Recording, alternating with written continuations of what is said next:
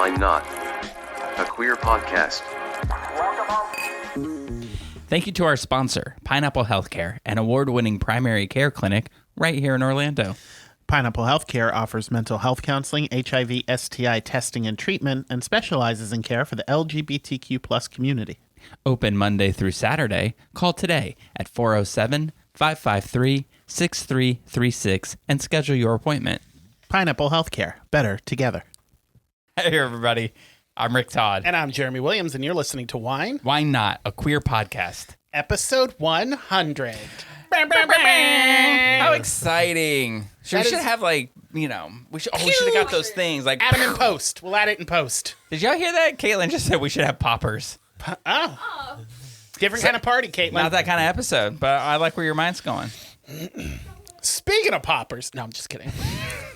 Hey, so 100, right? 100. I looked up to see, because I thought it would be fun. We'll see. Sure. Yeah, go ahead. Who lived to be 100? Oh, death jokes are always fun. Celebrities this is lived. I didn't say who lived to be 99 and died 4 days before their 100th birthday, and they had to cancel. Well, you didn't say people who are 100. You said lived as if past tense to be 100. Well, yeah, I mean, I'm guessing they're all dead. There's not a lot. Not a lot of celebrities. Particularly now with the death. Do you think you can name some? What's that are still alive? No, just some celebrities that live to be 100. I only wrote down 5. I know George Burns lived to be 100. That's one. That's because people talked about that one. Caitlin just recently learned who that was. That's right. On this podcast, right? Mm-hmm. Olivia de Havilland lived to be like 109. She was the oldest living actress who was in Gone with the Wind. Oh, I was like, I don't know her. You don't know Olivia de Havilland? Did you watch Feud, Joan versus Beth? No. Oh. She tried to sue Ryan Murphy because she was in that, and she didn't like the way she was portrayed. She's played by Catherine Zeta-Jones. If you've ever seen Olivia de Havilland, does not look like Catherine Zeta-Jones. Not many people do. She's stunning. She is. Let's see. Who lived to be... I know Betty White didn't. Aww. Tragically died 3 days before. You stole the punchline like of the whole bit. No, I'm just kidding. Bob Hope. Bob Hope. Yes, Bob Hope lived to be 100. George Burns. Kirk Douglas. Did he live to... I know that for the last 30 years of his life, he looked like he was 100. That man, like, right around 50, started aging poorly. But a great actor and a good humanitarian. And Paul Newman, did he live to be 100? He didn't show up on the list. Oh. I would have wrote it down. I only wrote down the names that I knew, and these are the only 4. Irving Berlin. Really? Yeah. Those white Christmases will give you... He just said white grimace. Those white grimaces will give you years of... I only laugh at that because that's how I say it. Because it's funny. It's one of my favorite Christmas songs. That's what it sounds like they're singing in the background, and I love it. Companies Companies that are 100? Over 100. These are all... Some of these like 109. One's 122. I guess this isn't really fun because it's just like I only wrote down some. There were many. Coca-Cola. JCPenney. Uh-oh. Ooh, they're on their way. Please don't bring up companies on their way out. I thought that. I was like, is the one at the Fashion Square still there? I don't think it is. I don't think anything at the Fashion Square is still there. Oh, as far as department store. To go to the Equality Florida Gala somewhere, it was like blue something. What's the theme? Sapphire. There you go. And I bought a blue jacket at there, and I just opened a JCPenney's card to buy it because it made the jacket like $30. Oh. To open a JCPenney's card. So now I have one. So I'm keeping them in business. Good for you. UPS. Oh, yeah. Soon they will be our sole mail distributor once they privatize the post office. That sounds efficient. This was supposed to be funny. It's getting depressing. Speaking of depressing, Boeing. Oh. Not Boeing Yang. I will not fly on a Boeing ever again. I won't Boeing Yang or the plane. Not again. Not again. I won't fall for it. I won't sit in the exit aisle anymore. I used to love to sit by the door at the exit. Yeah. That's what flew off. Yeah. Just make sure you stay buckled in. And then the day, when I was in New York and then we were flying back the next day, the day before is when that bird hit the engine of a plane. It was American Airlines, and they had to turn around and land because it was on fire. Do you find yourself now, given everything that happened with Boeing, when you look up plane tickets, do you look up what plane you're going to be flying on, what type of plane? No, because it's only a certain number of Boeing, and I don't know what that is. I've only been on 3 flights since the whole Boeing thing happened, and every flight I looked up what plane it was and picked my flight based off of what was not a Boeing plane. And also, I think I just hit an age where I have to say to myself, if you're going to die, you're going to die. You ain't got to make it easier for them. I'm not sticking a lightning rod out of the window in a thunderstorm, but I'm also just not gonna stress about it all. Kellogg, that's the last one. Oh, all right. Good for them. Tony the Tiger. That's Kellogg, right? I don't know. That is. Sure. Yeah. We're being told that We're being told by our special guest for our 100th episode yes. special guest. That's what 100 episodes will bring you. A special guest. Sorry, I was taking a sip. So anybody who listens to us knows that Pineapple Healthcare is our wonderful sponsor of Wine Not. And one of the reasons that they are our sponsor is because Andreas brought our podcast to them and said, hey, you should sponsor these guys. They're kind of funny. And that we are, kind of funny. So Andreas is here for our 100th episode, and we're going to talk about some of our favorite things. Oh, it also ties into our Christmas episode. These are a few of our favorite things. Oh, that's exciting. No. But before we get into that, I'm going to ask a question of Caitlin, who may or may not be on somebody's camera. Is this recording? You and him, 100% yes. I'm not sure it's recording. I'm so sorry. Yeah, mine is recording the video. No, see if does the third thing, does it light up? When you speak? Speaking of that, does that thing light up? Yeah, it's lighting up. You're just, when you speak, can you be really close to it? Because otherwise I don't think it's picking it up. Okay. We'll cut that out. Yeah, I was going to say, once you get this all put together, let's cut that part out. All right. Cool. So, but before we get into talking about how wonderful the last 99 episodes of this show were, talk to us a little bit about Pineapple. What's going on with Pineapple right now? Sure, absolutely. My name is Andres Acosta Adrilla. Super happy to be here. I'm the Director of Community Relations for Pineapple Healthcare. And Pineapple Healthcare is your one-stop shop for LGBTQ care here in Central Florida. We don't just serve the LGBTQ community, but that is our specialty. We do primary care, cosmetics. We do HIV and STI treatment and prevention. That's our big one.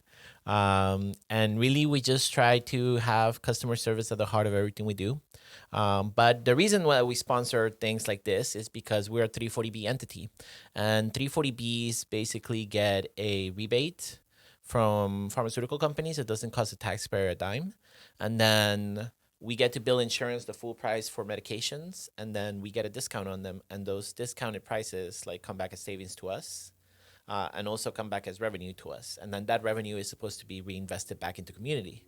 So what we do with that is we reinvest it back in ways that either support the arts, that support grassroots organizations, or support different initiatives.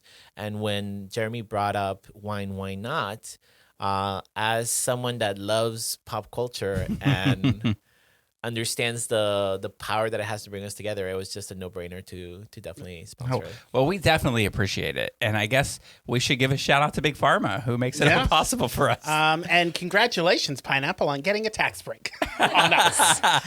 It's fantastic. I will say, as somebody who utilizes Pineapple for some of my healthcare needs, they are fantastic over there. They're an amazing group of individuals over there. So when I hear one-stop shopping, I get this impression of somebody going with a shopping cart and picking things. And then I think of big box stores that are one shop, and it's sort of you can buy eggs and an Igloo cooler. So what are the do you feel comfortable telling us what are the things in your Pineapple shopping cart? Ozempic and AIDS medications. Oh, thanks for coming. That is one stop. Actually, no. I still get my HIV meds through the VA, but Pineapple is the one who helped me to secure some Ozempic so that I could lose some weight. And they have also helped to get me some of my other medications that I'm on at a reduced cost. $0, which is super reduced. So yeah, I get some of my medications through there, and then get my Ozempic through there. I forget that you go to the VA, so then it makes that question less fun. Why? No, because I want to hear kooky things like, oh, I go for this and this. And Oh, I mean, I go to the VA for some kooky things too. We can talk about that. I think we have. Yes. I think we've heard all about those things. Oh, we're going to talk about that when we talk about our week. I did some more kooky things at the VA. Oh, that's exciting. Well, we are big. I'm a big fan of Pineapple. Pineapple sponsors other things that we do as well. But this is my favorite thing to do, and so I'm very grateful. And we do sometimes support the art, so it works out. I have a question, being you work at Pineapple. Yes. Do people ask you where the name Pineapple came from, and do they giggle and smirk when they ask you because they think it's for a particular reason? Yes, absolutely. So what I tell people is that Ethan and Eric are swingers. They listen. Yeah, right? I know they listen. So that is a lie. No, it's Pineapple because that is Hey, we don't judge here. That is the symbol for hospitality. We do give our phone number out there. Yes. Sometimes it's a real good hospitality. Yeah. So I always like I had heard the joke about the swingers, but really like I knew it as hospitality because I used to work at Disney, and if you go to the Grand Floridian, they have this giant pineapple on top of the roof that represents hospitality. Oh. In certain rooms. Now, because I know that, everybody knows the pineapple represents swingers, but that's only if it's upside down, right? How? But I mean, you said everybody knows this. How do people know this? I didn't know until you got accosted by people in driving your car and told it on this podcast. I had heard it, I'm sure, from the internet. I don't remember exactly where I heard from, but the good old fallback is if you heard it from somewhere, you probably heard it from the internet. Yeah. But yeah. Back, I have this little solar-powered dancing pineapple on my dashboard that was given to me. I won it off a trivia question from Ginger Minge and Gidget Galore. And I was parked at a red light, and this was my AC was breaking, so my windows were down. And this couple next to me, they were like, "We like your pineapple." And I looked over, and it was this guy and girl in their truck, and they had the biggest grins on their face, like licking their chops, like, "Hey there, big fella, we like your pineapple." And I was like, "Thanks, I got it from some drag queens." And then the light turned green, and I went on. Wow. So yeah, that's how you learned about what the pineapple means. When I Very told you that nice. story, yeah. So, what's the best thing about working at Pineapple? I think the best thing is the corporate culture. Like there's a lot of toxic places that I've worked at where they're like, we're like a family. It's just terrible. But Name some. No, I'm just kidding. So, which family member are Ethan? They're the mom and dad, and it's always like, they've been married for so long. They have such a like beautiful relationship, but like any other beautiful relationship, like sometimes they do like argue back and forth. Yes. And so like I've been in a room before when they do that, and it's kind of like you just awkwardly look at yourself, and it's like, yes. Do you ever do this thing like where you go to mom and you ask mom for something and mom says no and you're like, You go I'm ask gonna dad. Oh my God, all the time. All the time. They can't know. I know Eric listens to this, so like I don't want him to know, but like yes, because it's like Eric said no, but I think Ethan's gonna say yes. Like, We've all done it. now Eric's gonna start saying, have you asked Ethan?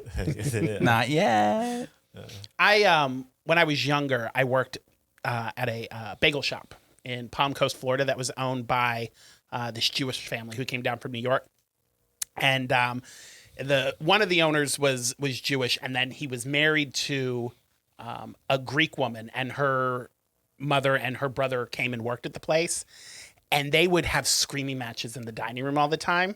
That made us all very uncomfortable, like screaming and throwing shit. And I'm like, ugh, I will never work for a family again.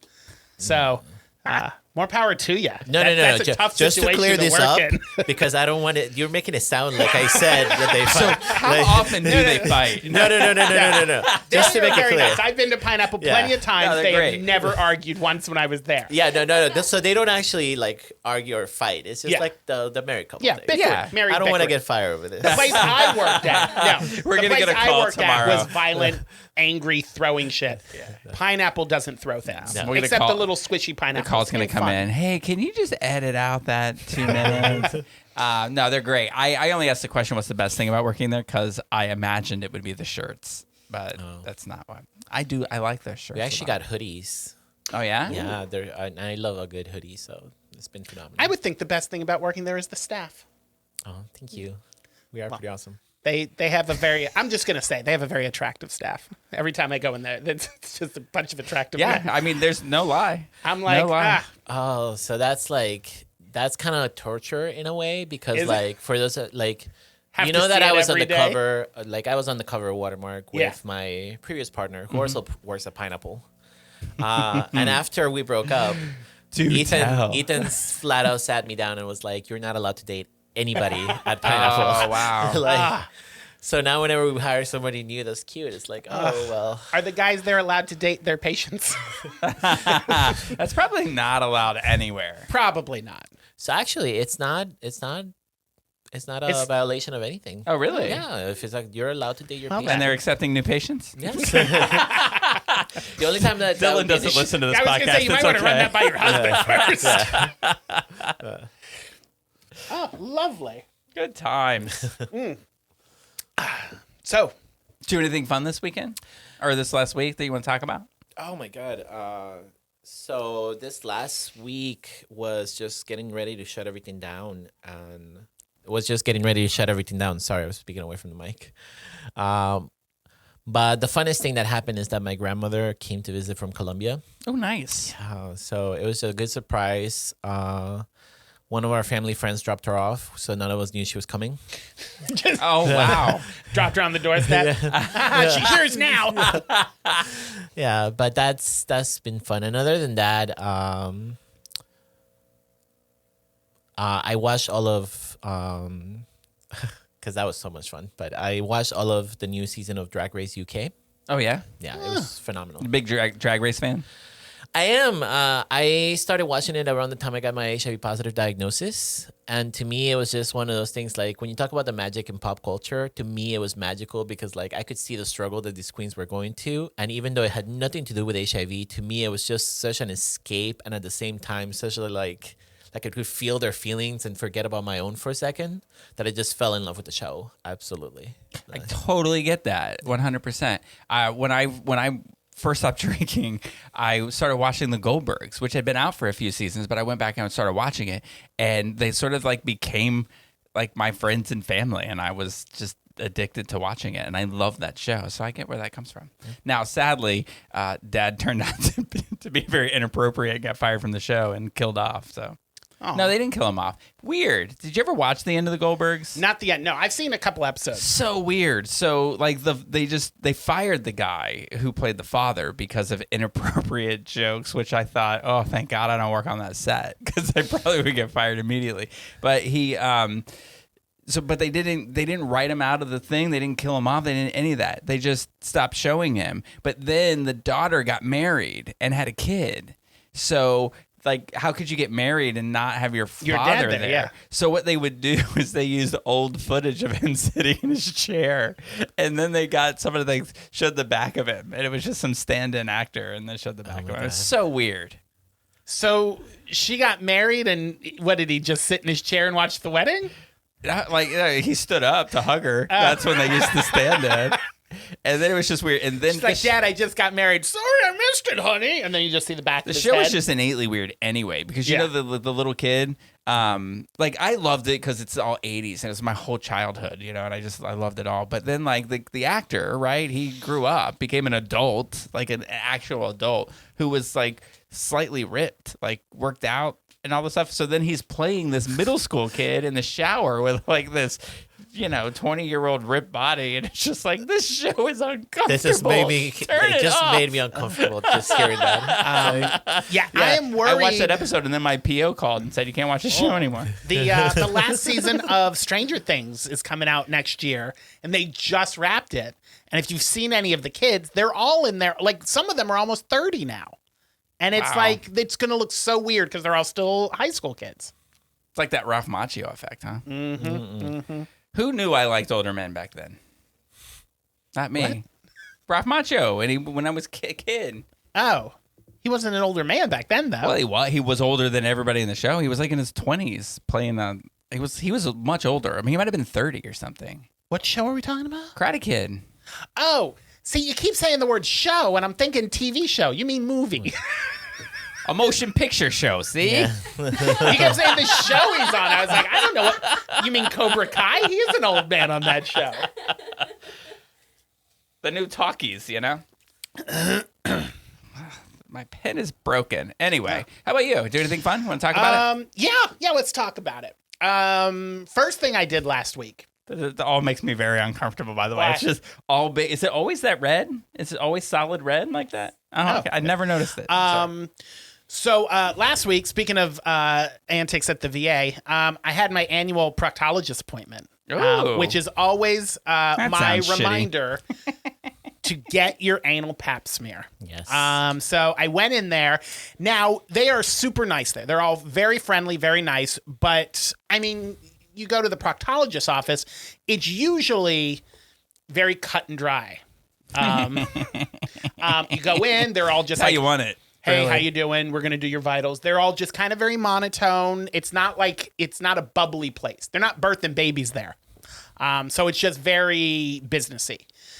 So I got in there, and the nurse comes out, and she's like, Mr. Williams? I was like, yes. She goes, hey, how's it going? She's like very friendly, very bubbly, takes me back, and puts me on the table.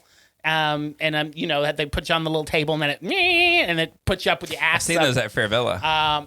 Yeah, so you know. Same thing. And then it's like my a triangle thing. You know what I'm talking about? Yeah. And my doctor came in. They must have been starting their holiday break the next day or something, because he was so friendly and bound. I mean, he's very friendly, but he was like in such a good mood.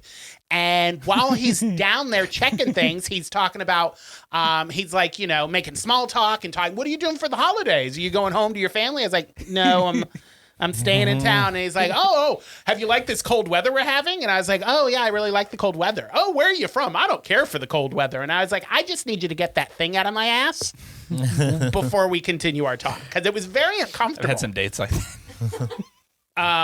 But I mean, other than that, it was a great appointment, and everybody should get an anal pap. I don't want my proctologist to be happy and chatty. Well, have I got great news for you? Because at Pineapple, we do anal pap smears, and we absolutely will not talk to you during the process. I'm sorry. Oh, see, Are the people that do the anal pap smears attractive? Because Oh, no one yeah. that I I know won't that get works my No, there. anal so it's papped out of actually Pineapple. so what we do is actually you do the anal swabs. So you go into the bathroom and you just do it yourself. So it's privacy, Now, convenient. I was putting my little chair up. I have a little Asian lady nurse and an older male doctor who is in the military, who is probably in his late 60s, early 70s. And he looks like what you would think like a Marine who was back in the Marine back in the day. And he's balding, and he's just like, he's usually very, very to the point, very professional. But he's just in a really good mood. I don't know what news he got on Wednesday when I went in there, but he was in a very happy mood. Which is It's like you're really happy for what you're about to do. yeah. So he was super excited, and they have, they do the little thing, and they put it in, and Yeah. all that good stuff. I've seen it. Other than that, and I don't think this is tied to the appointment, but I think I got some food poisoning over the weekend, which put a little a creep in mine and Andres' plan. We're going to hang out this weekend. Good thing for your doctor that it happened after the appointment. Could you imagine if I had experienced He food would have poisoning stopped while up in the chair? He would have stopped being chipper immediately. How mortified me, I sir. would be. I'd be like, I don't care if I get anal cancer now, sir. This will be the last time we ever see each I other. didn't mean to bad grandpa you right here. But so Saturday, gross. Saturday, I spent most of the day not far from my home because I needed access to the facilities whenever something came up. But I started feeling better last night, so I decided to take in a double feature, and I went and saw Mufasa and Craven. How's Mufasa? It is all right. Is it better than the first? Same? The Lion King? No, Yeah. it's not as good as The Lion King. It's the first live action. No. Here's the thing, because you know how the premise of it is, Rafiki is telling a story to the little baby lion and Timon and Pumbaa. So generally when they do like, we're going to tell you a story, and then they do a flashback. Oh my God, it's like the Golden Girls episode where they flashback. Yeah, it's like it's in the beginning of the movie and the end of the movie. They keep popping in like every 10 minutes. It's like Timon and Pumbaa pop in like, oh, I have a question. And it's like, just let them tell a stupid story. Good God. Oh, so that's why Timon and Pumbaa are in it. I thought maybe they were just... No, they just keep popping up asking questions while he's telling the story. That's annoying. But the music, no sound offense to Lin-Manuel Miranda, but the music does not compare to Elton John's. In fact, the music kind of sucks in this one. Do they rap? No, there's no rapping, Oh, but thank God. none of the Can you imagine? none of the songs stand out. And it was just, I fell asleep during part of it. It just drags on and on. So earlier when I said, was it good? And you said it was all right. It was all You right. didn't- Oh, okay. It's Because it sounds like It it's sounds terrible. Yeah. no. It's just some You know what, movies you are should very go see slow. it. Why do you hate me? But no, it's nowhere near as good as the original. What was the other one you saw? And then I saw Craven, which is not as bad as everyone is saying it is. I actually enjoyed it so much better than know Madame her. Web and Morbius. It's a Spider-Man villain movie. Craven the Hunter with that one guy. He's shirtless in a good portion of it, and he looks fucking hot. It's Who is worth it it? for that. Oh, he was Quicksilver in the Avengers movies. Oh, okay. Aaron Taylor something. Yeah. Aaron Taylor Green. Aaron Taylor Thomas. Is he Aaron the same one Taylor. that was in Aaron. Badass? No. I don't know what badass is. Is it McLovin? No. Aaron Tyler Ferguson. No. I don't remember his name, but he's hot. Aaron. We think it's Aaron Tyler? That sounds Aaron about right. Taylor Johnson? There you go. Aaron Taylor Let's give him a Johnson. look. Oh, all right. I can see. Sure. All right. Well, that's good. How was the Contigo holiday party? That was phenomenal because I made an excuse to leave because I was like, I have to go to work. I have to check on my friend Jeremy. My friend Jeremy has been in the toilet for right now. days. Like, I have to help him. No, but it was great. I love Contigo and I love everything they do. I just sometimes my social batteries hit Yeah. the wall, and it was very much one of those like, let's schmoosh and network. And I was like, I ain't got networking in me right now. yeah, I love you guys. but no. I'm terrible at networking.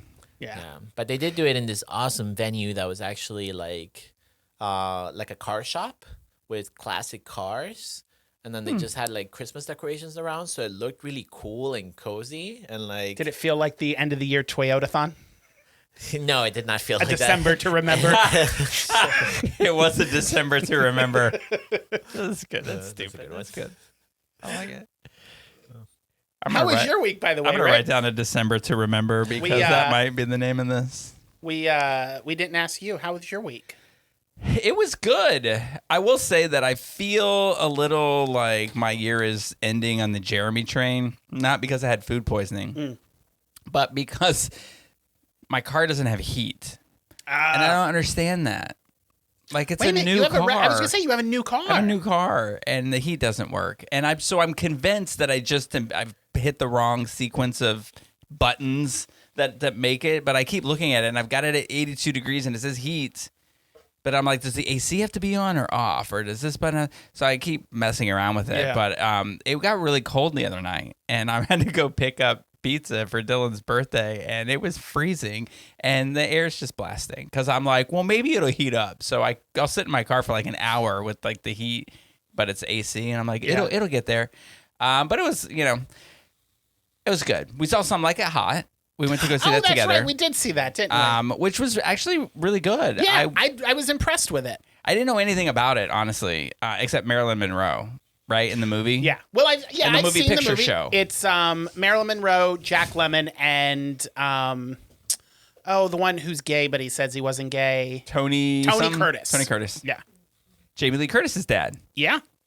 Well, there's some evidence that he's at least bi. Yeah. I guess if you see the man. yeah, or I don't any wanna movie feed that into- he's ever been I don't in. want to feed into stereotypes, but I'm pretty sure Tony Curtis has been with a man or two or 20. Didn't he star in a movie where he was like a Roman emperor or something?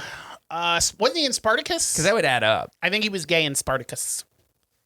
I was a little worried about this. I'm like, at first, because it was really overacted, I thought. Yeah. But I got, as you got into the movie, it really worked out. I just want to point out, too, because I love to say this. I'm the first person to complain if my seats are bad at a show. They were fantastic for this show. They were really a row D. We had great seats. So it was really good. So it's worth seeing, I think. It's in Naples right now, and it tours the country through the end of August next year. So check it out and go see it. I will point out Edward. I'm gonna get his name wrong. I'm sorry. When you become super famous, I will learn how to say it. Edward Juvier. I don't know. I'm making him French for some reason. He played Osgood, which is the guy that liked the lead. Oh, yes. The owner of the French-sounding guy. Yeah, he was fantastic. He was very good. He Yeah. gave me Zach Galifianakis vibes. Yeah, he was just very like just bubbly and fun and really cool. Did you ever see the movie? Yes. You did? Yeah. I have not. It's different than the musical. I was gonna say I don't think It was that back in the 50s or 60s, something like that. I So don't there think- were no trans It was not gender storylines. fluid like No. it was in this. Because in this, so the premise of the story is that these two musicians, sort of like Renaissance men of entertainment, witness a mob hit. So they go into drag to join an all-female band that's traveling the country on their way to California to hide out. Yeah. And in this process, one of the characters feels at home and like feels like they're living their life for the first time and is I don't know what the word would be, because it's like I'm not always going to be Non-binary. so they're non-binary. Yeah. That's how that worked. The way you just looked at me and was like, it's non-binary, you moron. I was You own a gay multitasking. paper, get with it. Yeah, so that was good. I just don't think that existed in the first one. But it was also Dylan's birthday, which was really nice. We went to dinner Friday night of his birthday, went to Bonefish, which is like our go-to place. Always good. But the next day, we did something that was really kind of cool. It was surprising that I liked this. Have you ever heard of a place called the Candle Pour? The candle pour? No. Yeah, it's they've got they're in Tampa and in St. Pete, and I think there's one other one, maybe one here, I don't know. But what you do is you go to and you make your own candle. So you get like a group of people to go and you make your own candle. But what that means is you actually make the candle and you give it the scent that you want it to have. So there's this huge wall of like all these scents, tons of them. And so you just kind of smell a bunch of them, and then you come up with like 12 that you like, and then you sit down and they have this like expert who kind of looks at your list of things that you liked, kind of gathers the kind of scent that you would like, and then starts pulling them together. And the idea is that you want to get 2 to 4 different scents to make something that's really cool that you like, that's unique to what you wanted. Really fascinating process. And by the end of it, your nose is like, please stop smelling things. Yeah. But it's just really kind of cool. You make the only drawback is like if you want to do this and you're like, oh, I'm having this party, so we're gonna do this, and then we're gonna get the candle and then go home and light it. You have to wait like 10 days to 14 days before you could use the candle, because you got to give the oils a chance to sort of seep through the whole candle. Interesting. But it was a really cool process. See, when you said candle pour, I was thinking POOR and not POUR. You can't afford a candle. And I was like, candle pour is like people who can't afford electricity. Oh, I'm candle pour. I can't afford my lights. Wait, is that an actual thing? No, that's what I Oh. thought. When you said it's called candle pour, my first thought was like people who are too poor for electricity. Anyway, I've been there. I don't know that it was candle pour, if we're going to use it as a term, as much as I was an alcoholic and I chose to drink instead of paying my Sure. electric bill. we all have our vices. Yeah. That's why I have a Lego room and not a money room. Oh, and then I have a sickness and I just fed into it because there's so many sales going on. Like I spent earlier, before the holiday party, I spent like over $400 on Christmas decorations. Yeah. And then, in order to make that not cost $550, I ended up signing up for an at-home credit card. So then I got this email that everything was like 50 to 75% off, and I'm like, ooh. So I went to at home and just was like, here's another $200 of my life. But I got really cool stuff, so I'm excited about it. More Christmas decorations? Yeah. Yeah. You know the holiday's almost over. I do, but gosh, it's going to look really good next year.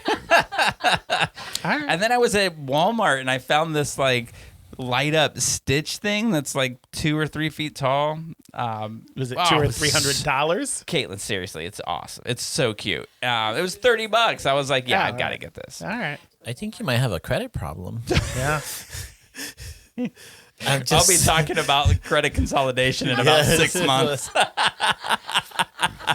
What'd you do this week? Well, I let my credit cards run crazy so I can consolidate them. Careful. I consolidated mine and Bank of America tried to sue me. That got Really? thrown out, though. Yeah. They served me with a lawsuit, and I was in the middle of debt consolidation of this program, and I was like, hey, I called the program, and they're like, yeah, they'll do that sometimes to try to scare you. I was like, well, what the hell am I supposed to do? Like, don't you worry, sir. We have a team of lawyers. And they handled it, took care of it all. I got a letter in the mail that said the lawsuit has been thrown out. So is it worth doing? Like the Absolutely. consolidation? Absolutely. Okay, I'm gonna... I went through, it's called PDS. They're not a sponsor, so I won't give a whole lot of information, but I'll get you the information after the show. But you call and they do a questionnaire with you, and then they recommend the best way to handle your debt, whether it's through debt consolidation or whether it's through a loan or whether there's programs you can go into based off the criteria where people will forgive their loans and that kind of thing. So it's a great company that I went through, and they got me all set up. And aside from, even when the lawsuit came in, they took care of everything. There was a time where I was, and this happens to people, and I think that to some degree, credit is predatory, and they do this to you. And I mean, you got to accept some responsibility, but at some point, it's sort of like. But I was paying over $900 a month in minimum payments, and there was just no way to get ahead. I just didn't have the money, and I had all this due, and I was constantly poor, and I was like, I don't know what to do. So I entered this program, and they just they work with the credit card companies to negotiate, get down what you owe, and I mean, my credit score is like 300 points higher now than it was at that point, and it's so worth it. If you find yourself in some trouble, get out of that. It also taught me to not ever go back there. Now I say that after I was gonna say, did you listen to the last conversation you had? it's not like I'm racking up thousands of dollars on each of these cards. I mean, this JCPenney's was $130 for now. Don't ask when for am that. I ever gonna go back to JCPenney? Don't ask for that credit. Let me ask you a question, because I don't think it's a secret that JCPenney's is in some financial troubles themselves. If they go out of business, do you have to pay that back? I'm sure it just depends on if somebody buys their debt. Yeah. Right? So, I mean, I might go for a JCPenney's credit card shopping spree here. That reminds me. You're out of business. Do you remember, you get nothing. do you remember Circuit City? Yes. Well, they announced the day of my friend's birthday party, they announced that they closed all the Circuit Cities. And so we went to 7-Eleven and took all of their gift cards. And because they just gave them to us because they were like, well, they're no good. Yeah. And so we took all the gift cards and gave them to this guy for his birthday. And he got really excited for a minute. And they were like, they're out of business, man. Oh. I'm a good friend. I'm a real. When you tell those stories, I need you to put air quotes around the word friend. I consider us friends. I sure do. We're like a family. Oh. I've heard about the Watermark family. Whenever I hear people talk about like, oh, we're like a family, I tell people when they go to work, when we're interviewing, it's like, we are like a family. I was like, and that's the good with the bad. We're like a family when you're all in a good mood, and we're like a family at Thanksgiving. Like, we have our moments. All right, Indeed. so we ready to move on? Yes. Yeah, I think our weeks are done. Yeah. Yeah.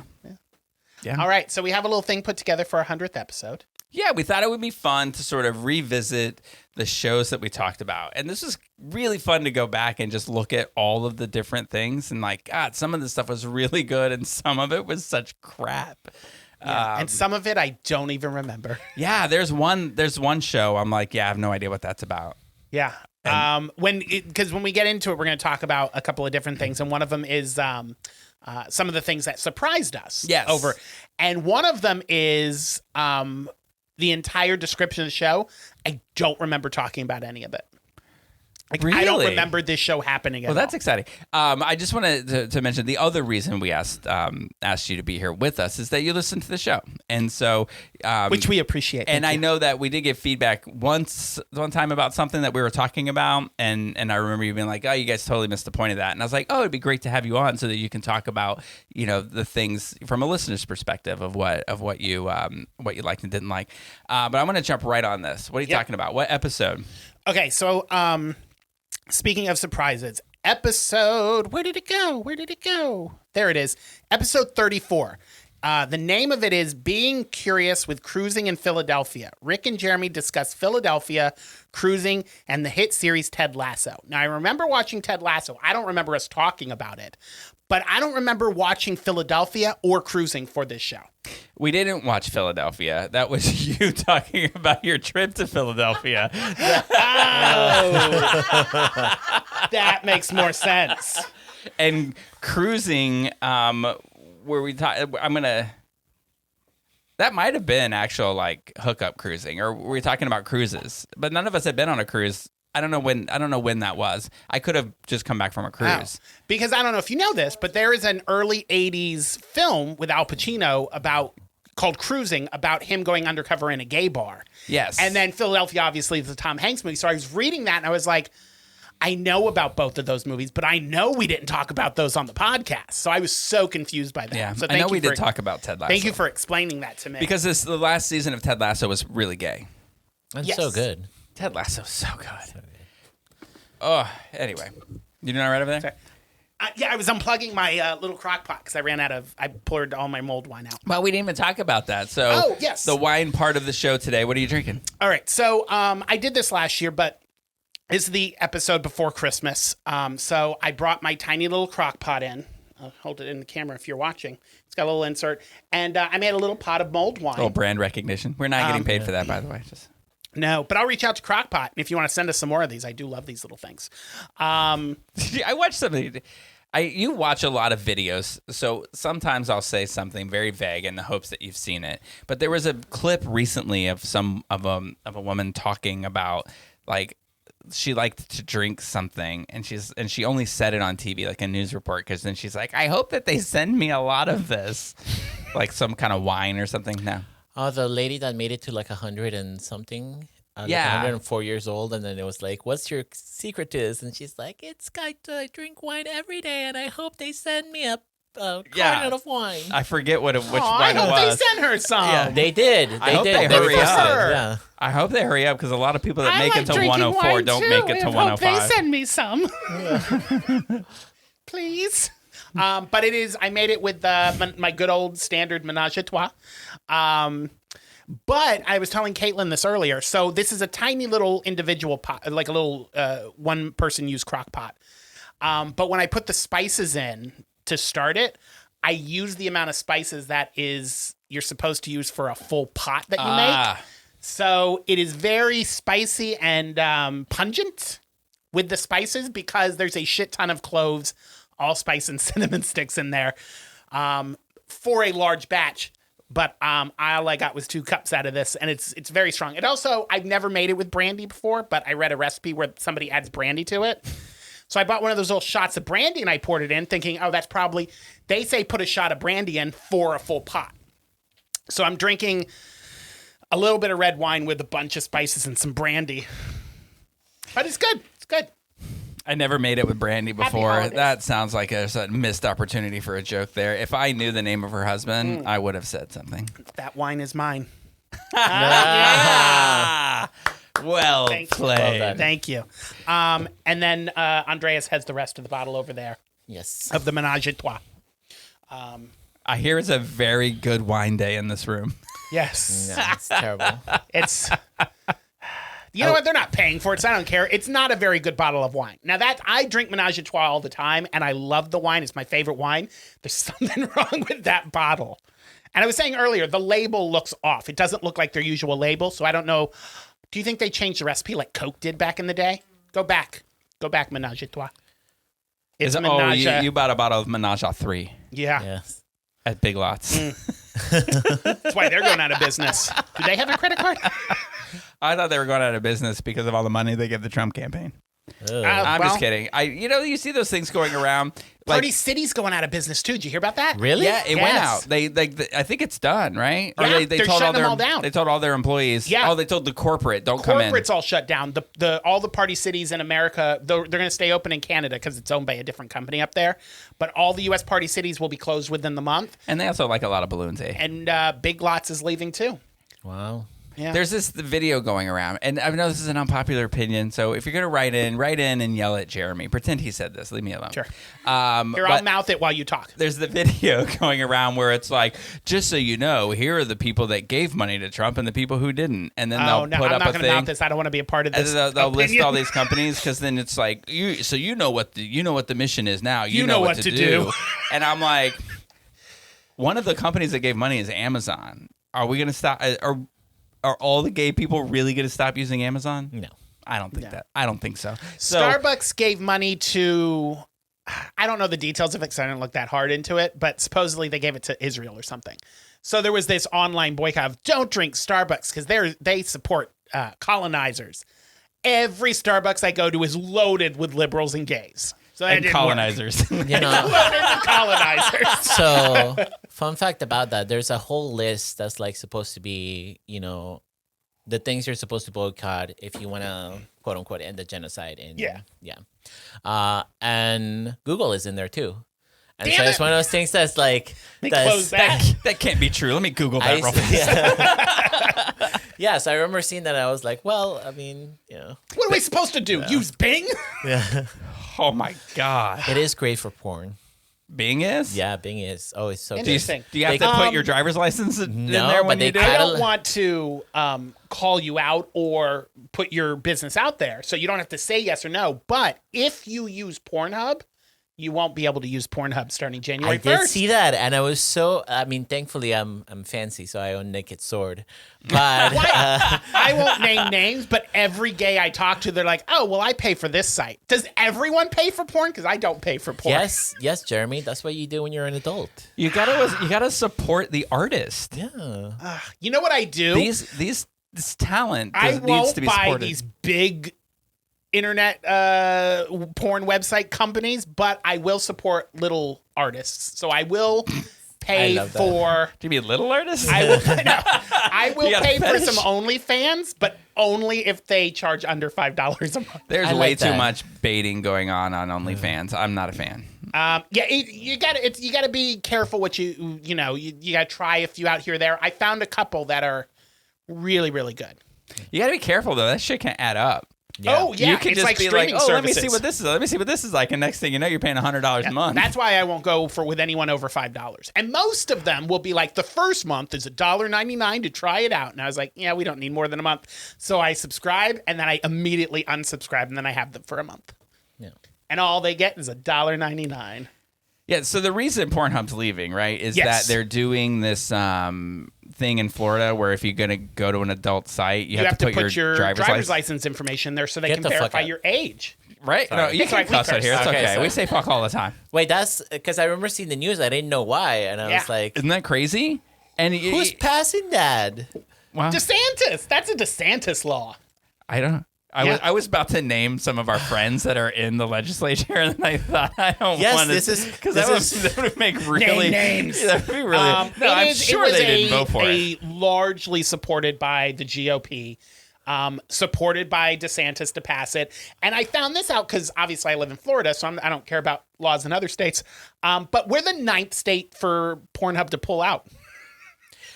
Yeah, That but is like, so obsessed. here's the thing that I think is so stupid about it all, right? It's like, and this is what people like. We don't usually get political here, so but like We like, did in our first couple episodes. but like the people who are like who are anti-abortion, Yeah. right? Who, like it's like they don't have like mistresses that they've paid to have abortions, Yeah. right? So the people who are voting for all of this, like, okay, so now I'm assuming then like people like Matt Gaetz are like, whatever, I'll just put my driver's license number in there. Or are they going to use somebody else's? Because that they're watching porn. You know that in the state legislature, I don't know this for certain, so I'll say allegedly, all of them got VPNs there that defer them to a state where it does work.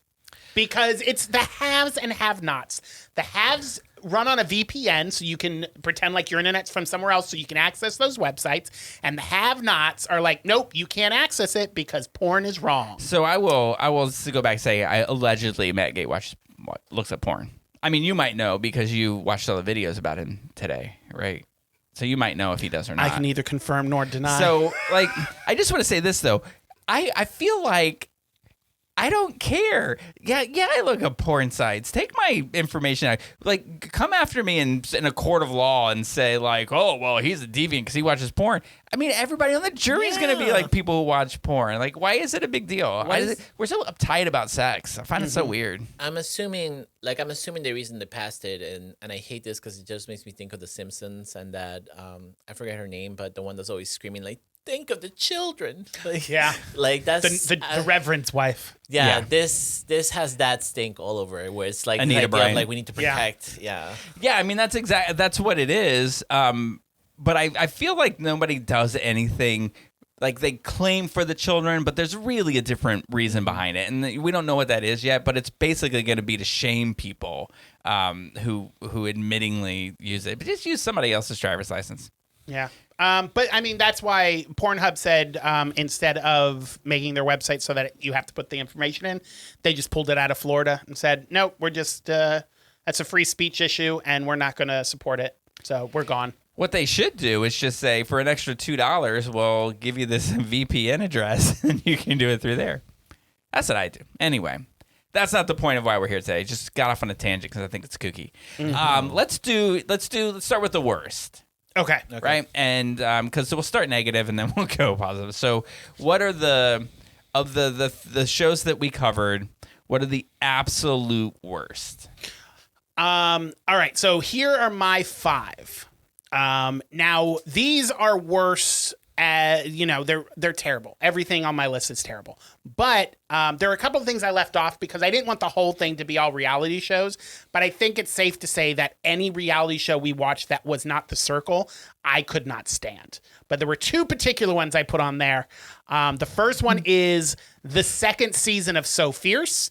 The first season isn't great either, but at least we got to see Gidget, and that was nice to look at. The second season was unbearable. And I hope to God we don't have to watch the season 3. I got to be honest with you. And I was looking back at the list of things. I completely forgot there was a second season of So Fierce. And I kept thinking we only watched the one. No. And I was like, oh, that wasn't so bad. It was atrocious. And then I also put the episode numbers in case anybody wants to go back and listen to the worst of it. Oh, you're so good. So 74 is the second season of So Fierce.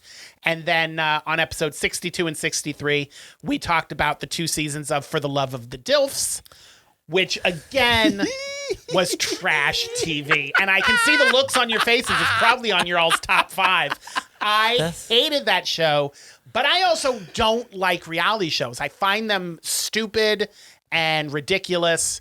And I didn't put Big Brother on here because I didn't want to pile on reality TV, but that also was not my favorite thing this year. I got to say, in your defense, this was probably one of the worst seasons of Big Brother, and I'm a huge fan. It may have killed the show for me. Yeah. I got to say, listen, so I listened to you guys, and out of respect for Jeremy, I was like, I will listen to this Big Brother recap.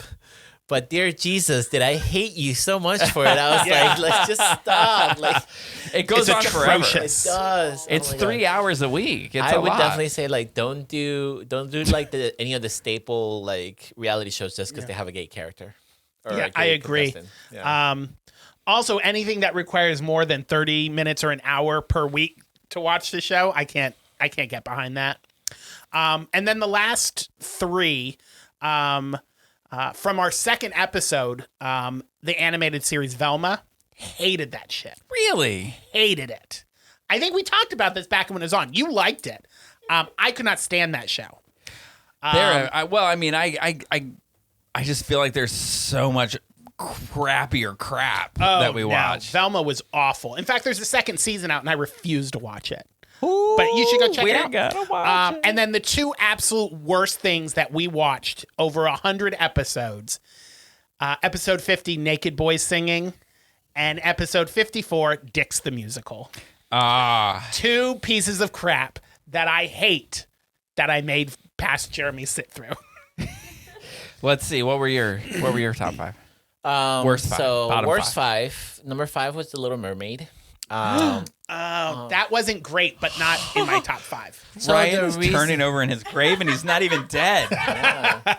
No, so the reason I put it there is just because I'm so tired of Disney doing the cash grab thing for like, Yeah.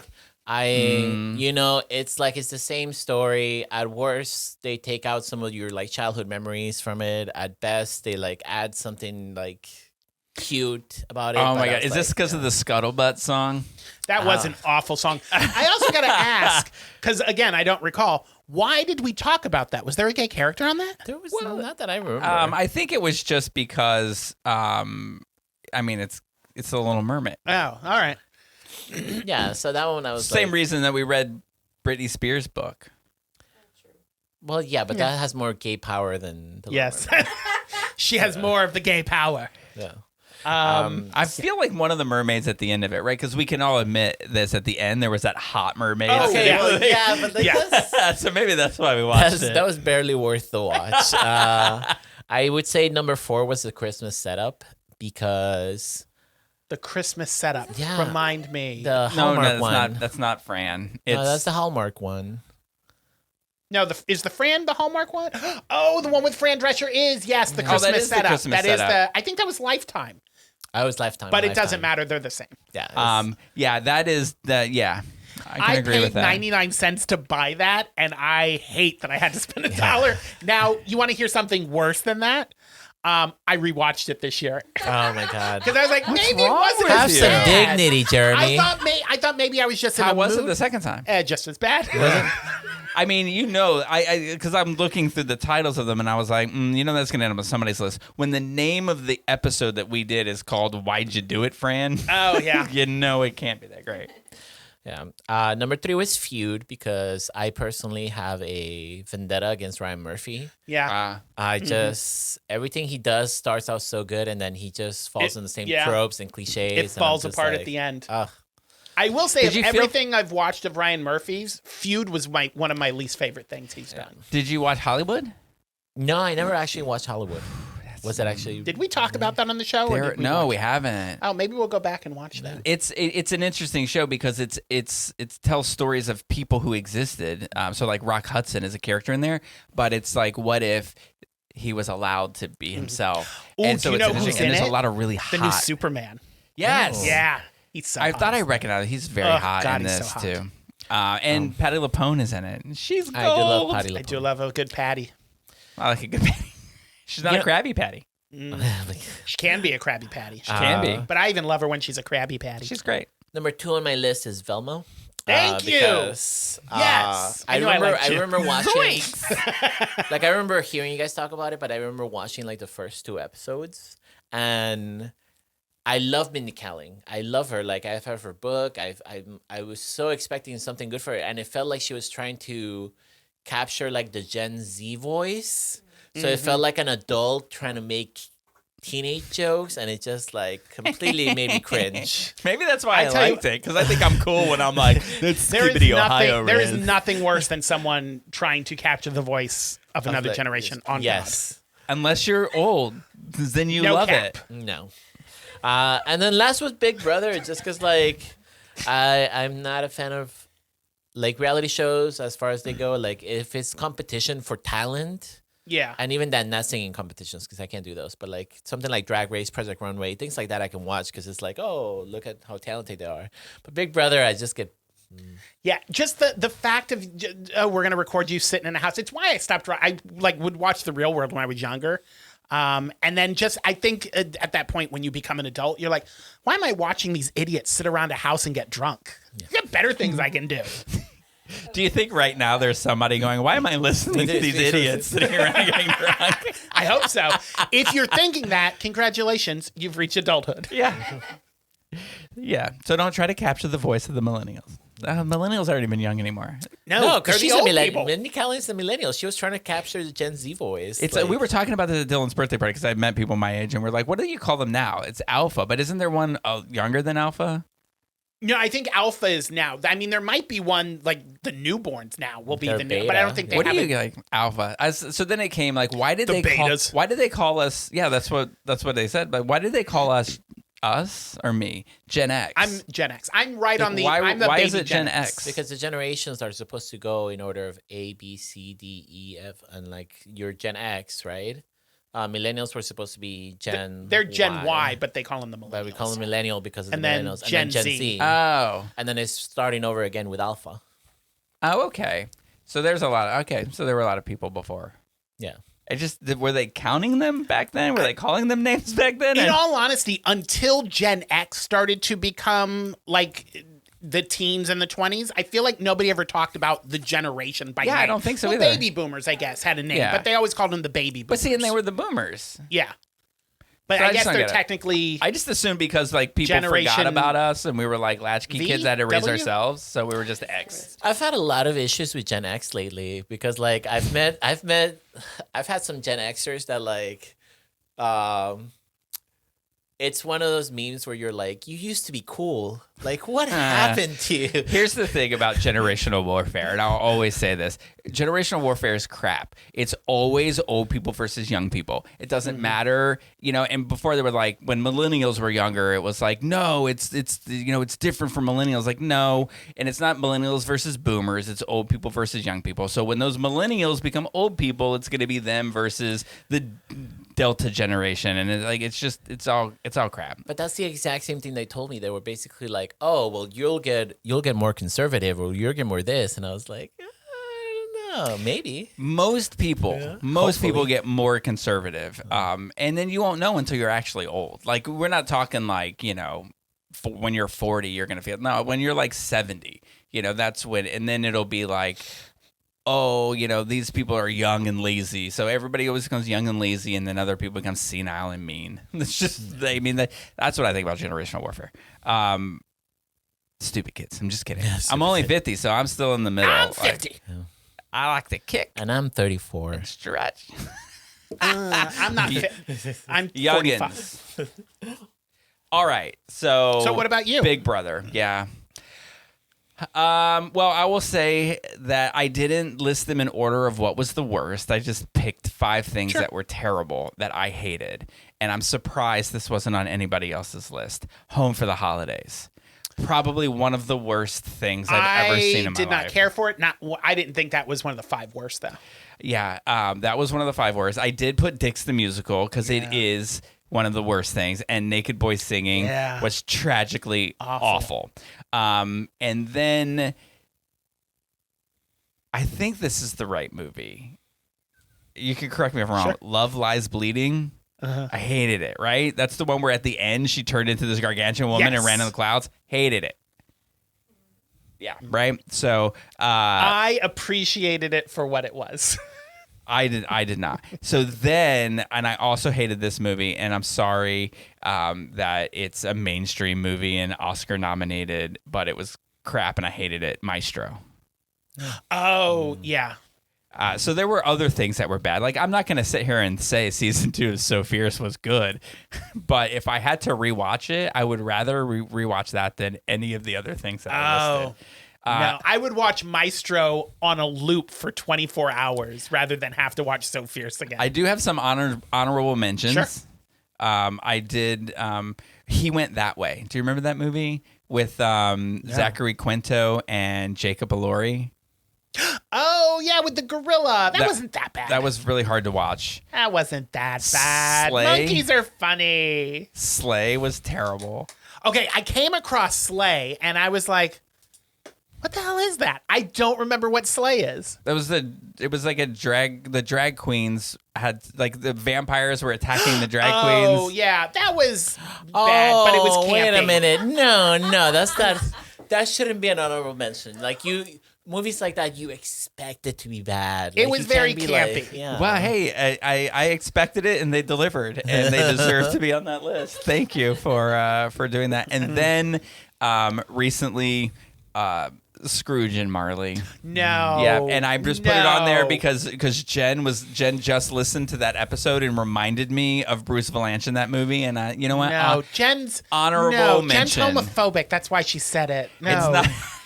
stop it. Look. That is a good movie. It's an honorable Your friend mention. made that movie. Oh, she did. Oh, I forgot that. You Sorry. can't honorable mention your friend's movie. Sorry, Tracy. Can we cut that out too? Yeah. But I think we can agree that Naked Boy Singing Naked and Dix Boy the Singing Musical and were the Dix the top Musical two worst ever. We're very bad. All right, so let's do. What do we want to? I think You want to do surprises? What surprised us? we can talk about surprises. Just in any way, what were the surprises? Like what? If it was surprisingly good or surprisingly Yeah. bad, or what you thought? Oh, do you want me to go first? Sure. All right. The first thing I put was episode 30, and I didn't expect this to be bad, but I just didn't expect it to be as good as it was. But Brandon Wolf's book, A Place for Us, Yeah. was surprisingly a page turner. Yes. I was shocked how quickly I read it.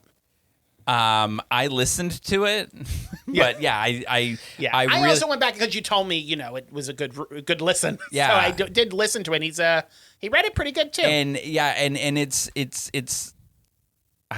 there's something about it that it's easy to connect to. yeah. So it's really good. The one we talked about, episode 34, where I couldn't remember anything from that episode that you explained to me. That was surprising to me. Episode 58, All of Us Strangers, I was surprised how not good it was because based on the premise and the critical response, I thought it was going to be a fantastic movie. It was getting talk about Oscar nominations and all this buzz, and it was not as good, nowhere near as good as I thought it was going to be. Yeah. 69, Dead Boy Detectives, what surprised me about it, I was surprised you liked it.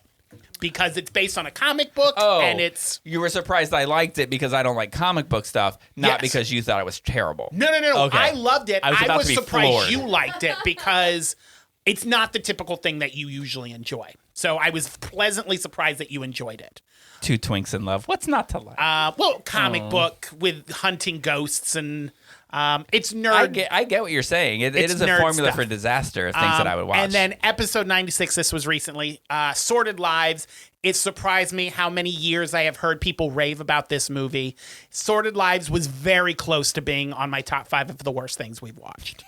And it shocked me how many people have raved about this thing over the years. And like, you haven't seen Sordid Lives? You need to see that. No, I really didn't. yeah. Well, I can see how you would think because like I will rave about Drop Dead Gorgeous, and you're like, eh. And it's sort of that thing. I just watched it so many times I could quote the whole movie and it cracks me up. So I think people that are super familiar with it are like have a cult following with it. Well, that's interesting. So those are my 5 surprises. You got any surprises? Anything? Yeah, my biggest surprise was actually this assignment because Oh, when yes. when Jeremy sent that over to me, he was like, "You need to have your top 5 favorite, least favorite, and that's it, end of list." So when And then I got the script today, and I messaged him. I said, "Hey, here's what's on the script." And he's like, "That is not what was said earlier this week." yeah. So as far as surprises go, I will say that. I say that it's really hard to surprise me. So like it was hard for me to think of that mindset of like what surprised me about like any of the shows. Were you surprised when we asked you to come onto the podcast? Yeah, because I was like, I thought Rick was very territorial about his podcast. Like he's not gonna let anybody in, you know? I don't know how it surprised you. Y'all only asked 1,000 times. No, I'm just kidding. Totally kidding. But I will say that For the Love of the Dilfs surprised me because I thought I was gonna hate such trashy television, and just from hearing Did you like it? Jeremy bitch about it, I was like, I have to hate this. I have to, or else we won't be friends anymore. But But it was, You liked it was so delightfully trashy. Like, it's so stupid. Like, sometimes you just need a palate cleanser. Hey, everybody needs love, Jeremy. Yeah. It's like a mental palate cleanser where you're like, I'm not going to think about anything that has to do with life for the next 5 minutes. I'm just going to watch these stills, fall in love with some twinks. That's why I have Pornhub until January 1st. Delightful. Delightful. Yeah, it's I also, this might surprise all of you, that I did not write down anything about what surprised me, but I will. But you made the script. I know, so I'll just go through and say things that surprised me. Okay. Well, the rimming scene from White Lotus surprised me. Oh, that didn't surprise me because before I watched The White Lotus, I read about that scene. I did not expect that. The shower scenes of Take Me Out surprised me. Take Me Out. I miss that show. Oh, I was surprised I didn't hate Hocus Pocus 2. yeah. I expected to. What else was surprising? Let's see as I go through here. I was surprised at how who's the guy that did Problemista? Oh, Juan Torres. I was surprised. He also is like, if you were to write down his style of comedy on a piece of paper, I would read it and be like, ugh. But I really liked the shows that we watched that he did. There was a movie, right? And then there was this show, and I was surprised that I liked those. Yeah, he's delightfully weird. Yeah. Like super weird. And I dig it. Sometimes art for art's sake kind of turns me off. Saying that, it surprised me because you seem to be very, really, really not like I love the TV Glow. Surprised that was on your list. Oh God, Saw the nah. TV Glow? Saw the TV Glow. You thought that would be on my list I thought of it would the be on worst. your worst, yeah. Yeah. Because you did not care for that. To be honest, I'm what I did is I went back to the spreadsheet that I made, and then I typed in a Word document all of the shows just in a list, and I must have skipped over that because it was terrible, and I probably would have put it on a list somewhere. Let's see here. Yeah, Problemista. I was surprised at how much I liked Fire Island too. I really did like Fire Island. Oh, Fire Island was good. Yeah, Fire Island was cute. that was good. Yeah. I'm surprised at how much you liked the 24th Day. The 24th Day.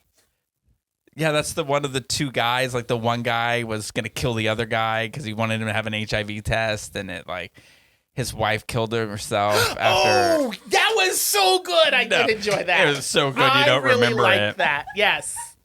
I told you I have I don't have a memory of most things that happen in my life outside of the 10 minutes before something happens or after something happens. But that was for what it was, and it was a little low budget, and both of them, they did so good in it. They both did so good. I don't know about all that. They're So anyway, cute. those were some things that surprised Yeah. me. Let's say, and I didn't ask you guys this, so we'll just talk about it if we. Okay, I sure. didn't say to prepare for this. What do you think? Are there any regrets? Anything that we talked about that we regret doing? I mean, no, because even the bad stuff, I think it's good that we talked about it. I think that there was one or two things I probably regretted in the first 100 episodes, but we went back and had those edited out, so no one will ever know. It was twice. Yeah. We had things edited out. I will say that I regret suggesting Big Brother. Oh, yeah. Yeah, I regret that. I regret that, It was too. a very time consuming. I wonder if that's where we lost. I wonder how many people we lost during Yeah. that segment, and it just wasn't great. You know, and even like it wasn't the character that we watched it for wasn't playing a huge role in it. Yeah. I feel like we should have reevaluated that and stopped doing it after like 2 episodes. And I mean, and now we'll never do it again. I will always be happy that it brought Tucker into my life, but other than that, I didn't really care for it. But saying that, I do regret telling you how good Home for the Holidays was before we watched it. I regret believing Because you. when I went back and rewatched it, I was like, because it had been probably 10 or 15 years since I had seen it, I was like, why did I like this? I must have been a very different person back then. Yeah, I also made the mistake. So Sorted Lives was my fault. But when I suggested Sordid Lives and we were looking for it, I came across a title called The 24th Day, and I watched the preview for it, and I thought, this is the worst preview I've ever seen in my life. So I sent it to Jeremy, and I was like, or we could do this, ha ha ha. And I said, this looks so good, let's do this. And then I had to watch it. And it's so, like, when you get, like, these obscure movies, sometimes you have to pay to watch them, but it's on Jen's Apple TV, so she has to pay to watch them. And every time she's so mad. And she's like, I can't believe I had to pay for this shit. Oh, come on. It was like $1.99. Yeah, but still, like, So what do you, anything that strikes you as like, ooh, that was a mistake? Do you regret listening to that episode? don't beat me to my jokes. I was going to be like, I sorry. regret listening We'll to this edit that podcast. No, I do regret listening to the feud ones because I was just like, Really? only because, like, I'm not... Oh, because you don't like Ryan Murphy. I get it. Yeah, and I also, like, I have respect for old Hollywood, like, obviously, because they're the foundation of what we have now, but sometimes, like, when I hear people, like, focus too much on the nostalgia of old Hollywood, I'm like, yeah, that's cute and all, but there's an entire new movie scene and queer, like, culture that's coming out of so many different places thanks to globalization that, like, being focused on America's old Hollywood is cute, but there's just so much more. Well, you should definitely watch Hollywood then, because it's about old Hollywood. But it definitely, it updates but it, it adds there's a huge queer. It's a huge queer element to it. Is that why? It makes it super woke. Yeah. I mean, but it is like mostly old Hollywood white. So I don't know. Is that No, there's appealing to people? there's black one. actors in it. Oh, there's 2. Yeah. 3, 4. Yeah, there's... Oh, that whole storyline is really good. Yeah. No. See, I'm getting confused with Fellow Travelers. You think of Fellow Travelers, but there are... But it's the same thing. Yeah. Yeah. But there's that whole Queen Latifah plays Yes. Hattie. Oh shit! What was her last name? The one who won the Oscar for McDaniels? Hattie McDaniels. Yeah. Well, that's good. All right. yeah. So here we are. What should we not do? Well, we say Big Brother. We decided we're staying away from that. Yeah. All right, so let's get to the best. What was the best of the best? Okay, so counting down. I didn't put these in any particular order, but starting with the most recent back to the earliest. So my first thing that was one of my favorites, episode 78, Cocaine Bear. Which may be one of the greatest things I've ever seen. I saw that on the list, and then I forget why we covered it. Because Jesse Tyler Ferguson's in it. Oh, that's right. That's right. But fantastic. The movie is so campy and cheesy and fantastic. I was a big fan. And the effects are so good in it. I just really, really dug that movie. Episode 43 through 48, Fellow Travelers, which is probably one of the best shows I've seen in the last couple of years, was fantastic. Introduced me to Jonathan Bailey because I did not watch Bridgerton, which I guess is where most people met him. And I fell in love with him, and now he will be my husband. And for those who aren't familiar with him, he is the 40-year-old student in Wicked. Yes, he plays Pharaoh in Wicked, which I think Rick might have gone out for that part too, because he's very bitter that Jonathan Bailey got it. Rick just doesn't like old guys. Oh, you know what? That reminds me of what I didn't put on the worst list. And the worst thing ever to talk about on this podcast is having to talk about the fucking bear and how it won favorite comedy. Yeah. I do remember that conversation. You were so upset. You were very adamant. No, but I agree. Like, that's one of my biggest pet peeves is when it's like when they did Orange is the New Black, it was a little bit acceptable because they had more fun there. But the bear, I'm like, what the Yeah, I've watched a agree. couple episodes of The Bear, and it is not a comedy. And then they're like, favorite comedy, let's show clips of all the nominees. And then it's like this person crying and It's screaming. like this intense scene, Yeah. and then they cut to Steve Martin. He's like, "Oh my God, Goofy!" Yeah, I'm not saying it's not good. It's a great show, but not a comedy. anyway, we're talking about the best things. My Episode apologies. 36, Vicious, with Ian McKellen and the other British guy, which got introduced to me by a clip on TikTok, YouTube, so one of those streamings or one of those apps that I watched, and I was like, was Ian McKellen? I thought it was a show from like the 80s or something, because I was like, Ian McKellen, Why would he be doing a TV show? You know, he's a big movie star now. But yeah, he did it after he had done X-Men, he had done Lord of the Rings, and he just went and did this show, and it is hilarious. And it's got the guy from Game of Thrones who cuts the guy's wiener off. Yes. And it's so crazy to see him in a lovable role because you're like, you torture people and cut their wieners off. I know Ramsey, you. was that his name? Ramsey, yeah. Yeah. That's one of the ones I was surprised at how much I ended up liking Ramesses? I watched the first couple episodes and I didn't like it, but then I rewatched it and I was like, I wasn't fair to this, and it was really good. You know what else I have a connection with this show is when my dad died and my mom came and stayed with me for a little bit. That's when I had discovered the show, and me and her watched the entire thing over 2 days together. So it's kind of our show. I'm sure no one is shocked that this is on the list. Episode 30, Red, White, and Royal Blue, which is such an amazing film. I just want to say that there's a scene where one hand goes into the other and then it closes and the hand comes out. Totally symbolizes penises. I feel like... And I know that's right because I asked the director and he said it was. I feel like Phoebe right now. That is completely new information to me. But I love that movie, and they've announced that they're working on a sequel right now. I am so excited. Have you seen, Nicholas Galazine? He has been cast to play He-Man. And Really?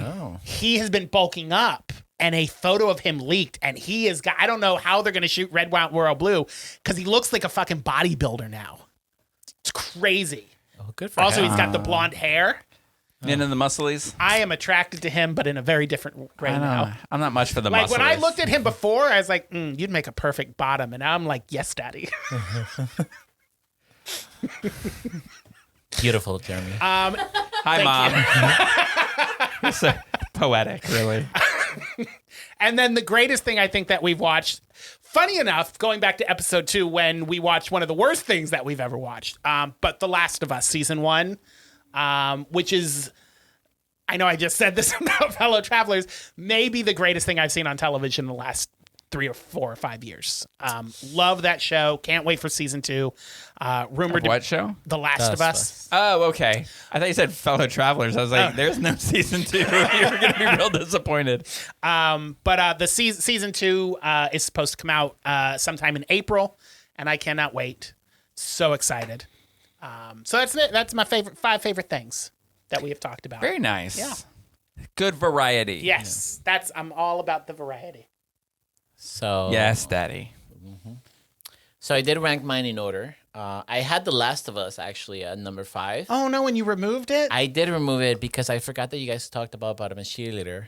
Oh, that's a good one. And Yeah. that is one of the first queer films that I saw. I remember stealing it from the library here in Orlando, and I still have like the copy with like the little printout and everything. What's the statute of limitations? They can't come after me now. It's funny that you say that because that was the first gay, like big gay movie that my first boyfriend when I was in the military, that him and I watched together. Yeah. Yeah, no, I remember. Eddie Cibrian. Yeah. Oh, it's so.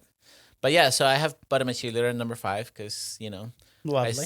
love it. I still remember the scene where they're all protesting outside the house, and it's just like silly faggots, except for chicks. Isn't it terrible to laugh at that? But it's kind of funny. There was a guy wearing that shirt at Disney one day, and I was kind of like, that's not right. But It's okay when we wear it, not when they wear it. I don't know that it was a we wearing it. That's It was during gay inappropriate. days, though, so it was totally appropriate. kidding. Oh, okay. Well, he must have been gay. He Like, had as to long as- be. Yeah. There was red on the shirt. Okay, Oh, well, good, there you go. Good. All right. I was about to be offended. Number 4 is Priscilla, Queen of the Desert. Ooh, that's a good Because movie. respect where respect is due. Like, love that. Number 3 is Red, White, and Royal Blue. Thank you. Yes. Only because I watched Yeah, it with what do the my- kids do? Yes.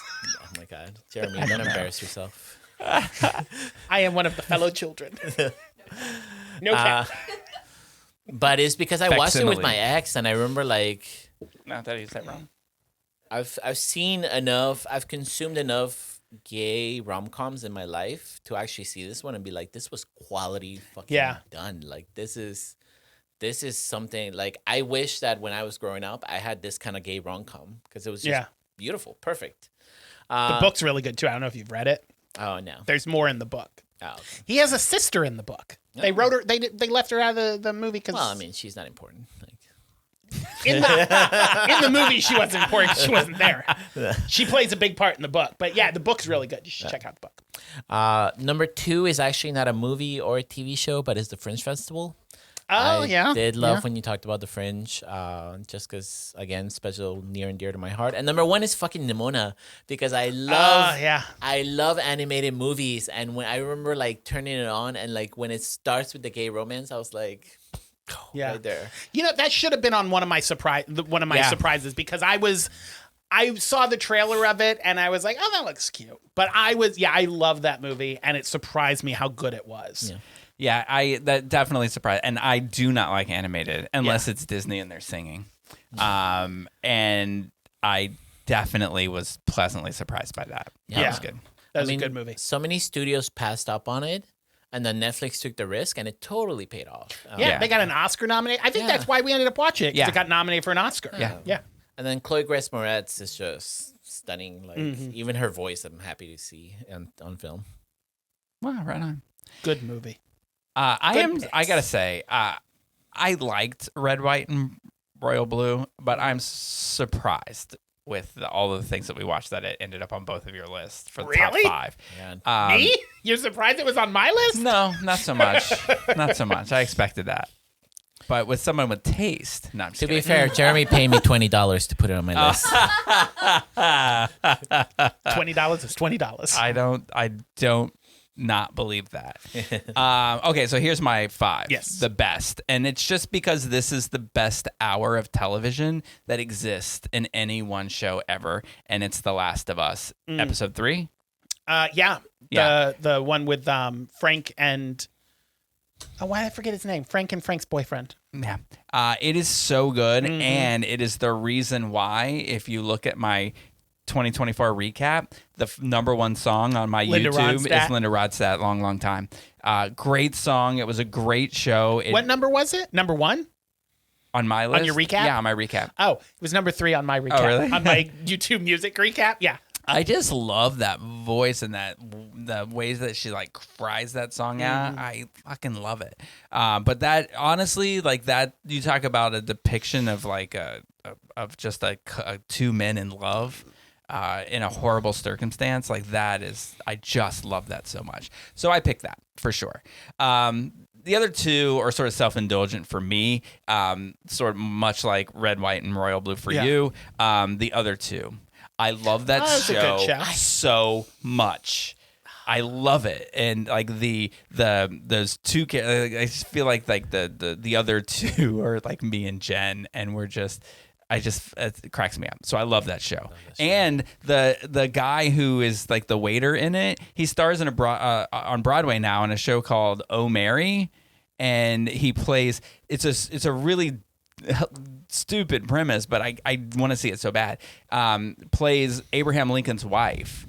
But the premise of it is like she wants to be like an actress or something, and Abraham Lincoln's gay, and so he hires somebody to teach her how to act so that she's distracted and he can go be gay. I mean, not based on well, maybe it is. There are rumors. There are rumors. Never know. But anyway, great show, love it. And then Ted Lasso, which I honestly think is the warmest, greatest television show in the history of television. So those are those 3. So then I put this on the list because it's kind of what's surprising to me how much I like this, and it's the Fear Street series. Oh, that was a good series. Yeah, and I really enjoyed it, so I put it on there because I don't really kind of go for that kind of show, but because it's too scary. I don't watch Goosebumps because I cry in the corner. No, but I liked it. I liked it a lot. Now, does it belong in the top 5? I don't know, but I put it there. I'm surprised that I did too because I wrote down, and I know you didn't like this as much as I did, but I really liked Harvey Firestein's book. But I went with Fear Street, and then this surprises me. It wasn't on your list because it's like at the top of mine, and that is The Whale. Oh, The Whale is very good. Yes. You know what? I totally forgot about The Whale. I probably would swap it out with Cocaine Bear. No. Sorry, Don't do Cocaine that Bear. to the bear. Don't do that to Well, he's the not going to Cocaine do Bear. it to the president's son. Oh, you know what? Okay, I'll leave Cocaine Bear in there because I do want one bear that is a comedy to be in there. There you go. I appreciate that. You're welcome. I got some honorable mentions because the Yeah. list of things that I liked were Everything Everywhere All at Once. I Oh, thought was very good movie. fantastic. Yeah. Heartstoppers I think should be in there. Heartstoppers is good. Harvey Firestein's book I put on there. Bottoms. Oh, Bottoms was cute. It was That cute, a and it was movie. surprisingly good. And I think that that's going to be a cult Here's classic. why I didn't put Bottoms and I didn't put Mary and George. I feel like anything I liked about both of those had to do with Nicholas Scalazine. Right. So he's covered in Red, White, Royal. I'll say this about Red, White, and Royal Blue. When you talk about it being like, I wish I had a rom-com like that when I was a kid. One thing that I appreciate about it is the I don't know, I don't want to say graphic nature of it, but the unapologetic nature. unapologetic nature of it. So when they were in a sex scene that they were having, I noticed at one point that the prince's knees were up by his ear, and I thought that's reality. But you don't see that in other shows. Like they'll always do it where like somebody's like they'll do it from behind kind of thing, and this, or if they do it with people laying on top of each other, they don't show like, no, it's really like your knees go up here. You know? And when I had talked, because Matthew Lopez directed it, and I was lucky enough to get to interview him, we talked about that scene, and he wanted to blend it like, where you've got kind of the romanticized rom-com version of a sex scene, but he also wanted to be very realistic about it. So that's why when they're doing it, you see a bottle of lube and condoms on the nightstand, and you see his knees pull up. It's because they weren't going to pretend like it was some fairy tale sex. Right. Yeah. I really appreciated that. So obviously, Britney's book was good. Fellow Travelers was good. Beetlejuice the musical, that was good. Didn't see it. I enjoyed that. Oh, and by the way, my top 5 list. I talked about Gypsy with Audra McDonald last week, and that is number 1 on any list ever. But I just thought it was unfair to compare everything Sure. else to how amazing this show was, so I didn't put it on there. You can hold that for the next category, overrated stuff. but we've already talked about Red, White, and Royal Blue. American Fiction. You thought that would hurt me, but all it did was make me think of them again.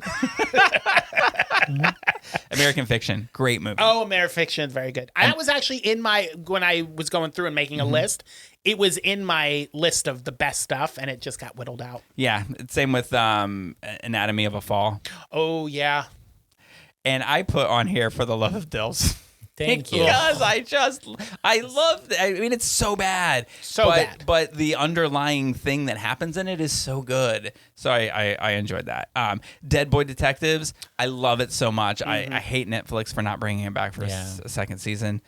Outstanding, the documentary about the comedians was really good. That was really good. English Teacher is good. English Teacher's good. And you know that there's rumors that he might be getting an Emmy nomination for that. Oh, yeah? Yeah. Good. Amelia Perez Emilia Perez, very was good. good. And Will and Harper.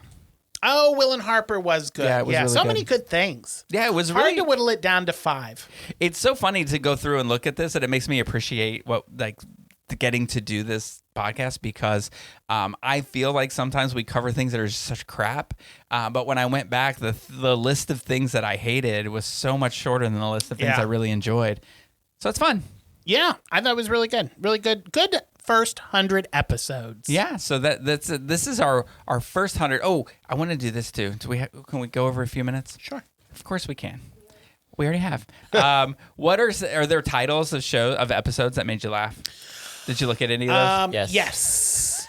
So, go ahead. You go first. My favorite for me is Crack is Not Whack because it's about time somebody made that bold statement.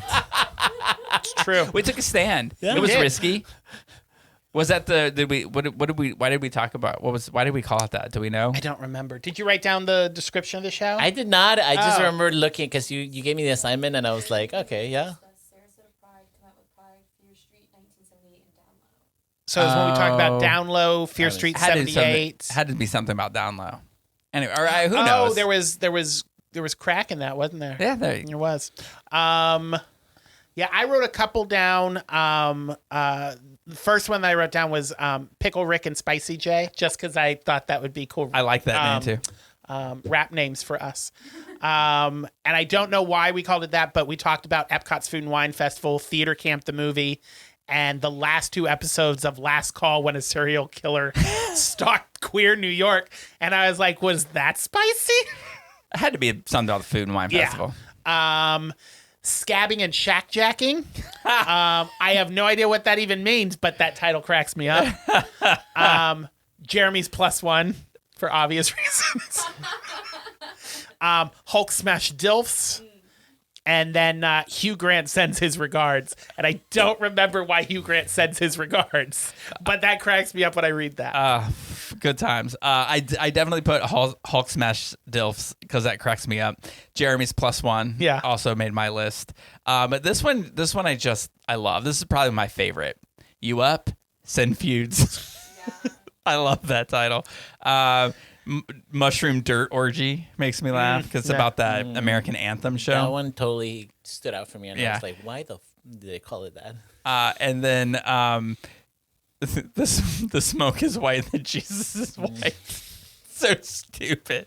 But that was about Conclave, which made me laugh. Grandma is a bitch. That was about Prayers for Bobby. Oh, because the grandmother was a total bitch. Total bitch. But my favorite titles are when we could say "Suck It," whatever. There's a series of "Suck It" titles. "Suck It," Canada, or not Canada, but some country. Alberta. Suck It, Alberta. Yeah, which is in Canada. Yeah. Oh, I might have looked. I don't know why, but I feel like in the beginning of the podcast, I had a very aggressive feud with Canada, and I don't remember what they did. I don't remember. I don't either. Canada pissed. Oh. So Fierce was filmed in Canada. Oh. Suck it, Canada. I don't forgive you yet. All right. Well, so that's our first 100 episodes. Yay. Hopefully we'll... Oh, go ahead. Wait, I would be remiss if I didn't take this chance to do one thing, and that is suggest 2 titles that I've already suggested to you that I absolutely want you to let's hear it. Oh, yes. The first one is because I think you guys need to get into new media. But there is this app called Drama Box, and they do like little webisodes of different things. And one of the things they have is called the Mafia's Obsession. And I get recommended those on TikTok. Oh my god! So and I have watched a couple of the clips. They're like 1-minute episodes, right? But it's so good, and it tells the story of like this mafia boss that like ends up married. Like it's really good. It looks Check it out. It looks spicy. It is spicy. It is hot. I could watch a minute of anything. So well, it's episodes, so it's 1-minute episodes, but it's like 10 episodes, so it's like 10 minutes. Yeah, I can invest that kind of time. Yeah. But and the other one? I saw the mafia one, and then he with the tattoo. Yeah, we'll watch that. Yeah, you should totally watch it. Sounds animated. No, it's not animated. Oh, really? Yeah, it's live action. It's live action. Very tatted. And very it's very aggressive like mafia man. And it's very like it's very popular on Instagram, and like it really hits a lot of people because it's yeah. It looks very spicy. And then the other one, I already told you about it today, but I will absolutely remind you. Potato Dreams of America. As an immigrant, I love a good immigrant story, and this one was so well done. Like you literally see like the stages of what it means to be a kid in Soviet Russia, and you're like, I relate to this. I've never experienced it, but I relate to it. So totally suggest that. Absolutely. We'll check them out. And if you're listening and you have suggestions, I think our mailbox is still open. You know what? 2 things that I realized is going back and looking at these. We were really pushing that mailbox hard in the beginning. We were. Like, send us an email. Please. Also, going back and seeing, like, in the first, 24 episodes, where we tried to squeeze a news story, because we were like, we're journalists. Tried to squeeze a news story in with the 2 entertainment things we were watching. That did not last. No, we were trying to connect what we do in our day jobs to this, and it just didn't last. And we realized we don't like our day jobs, so we don't want to talk about it. Well, actually, the thing is like we don't want to talk about our personal opinions about what's in the news, because that doesn't lead to anywhere good. Yeah. So we just figured, let's talk about, something that's subjective. So it's good. So anyway, Fantastic. I mean, it's been a great 100 episodes. I hope, Yes. hopefully we have 100 more. We'll talk to Pineapple Healthcare about that offline.